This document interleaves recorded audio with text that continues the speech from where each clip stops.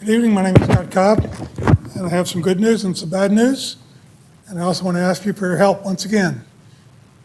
Start with the bad news. I think you've seen the budget, and the city manager recommended, despite your own recommendation for a $22 an hour living wage, the recommendation was for $18 an hour.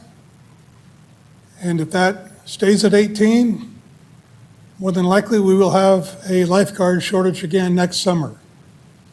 The budget also recommends 4 permanent regular lifeguards. If it stays at 4, we will likely also contribute to a lifeguard shortage.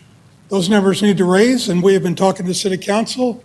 Right now, I'm about a 90% sure the City Council is going to raise that from 18 to something else.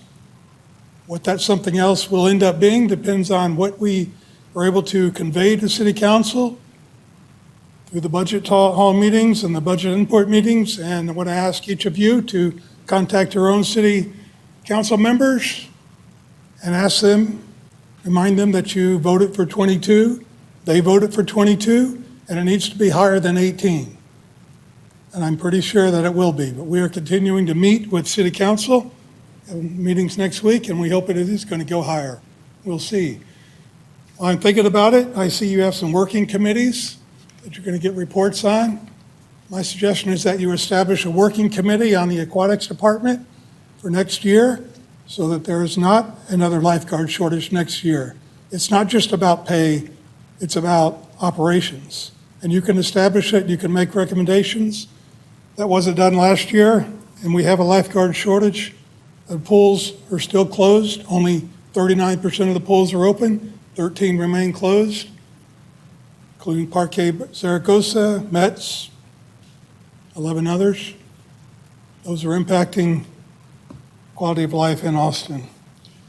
Councilmember Fuentes has submitted some questions that will, if they're answered and implemented, will help with the shortage. She's asked about how much it would cost to provide holiday pay and accrued time off.